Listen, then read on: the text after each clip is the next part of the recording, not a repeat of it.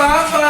Oh, dito. Magutang kami ng buwan-buwan, kada sahod, kada bayad. Grocery! Grocery, oh. Yan, oh. Oh.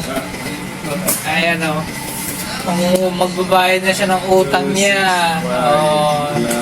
Yan yung dito kami nangungutang ng aming pagkain. Ayan, Tell me now, I give you all. oh. Ayan, oh. Oh. Ito, mabait to. Si Sir Sodan. Customer niya puro Pilipino. Sa Pilipinas, pwede kang umutang. Sa store dito, sa Saudi, pwede ka rin umutang. O, yan. Nagbayad na yung mayaman. O.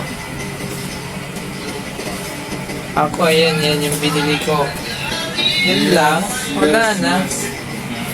Salamat.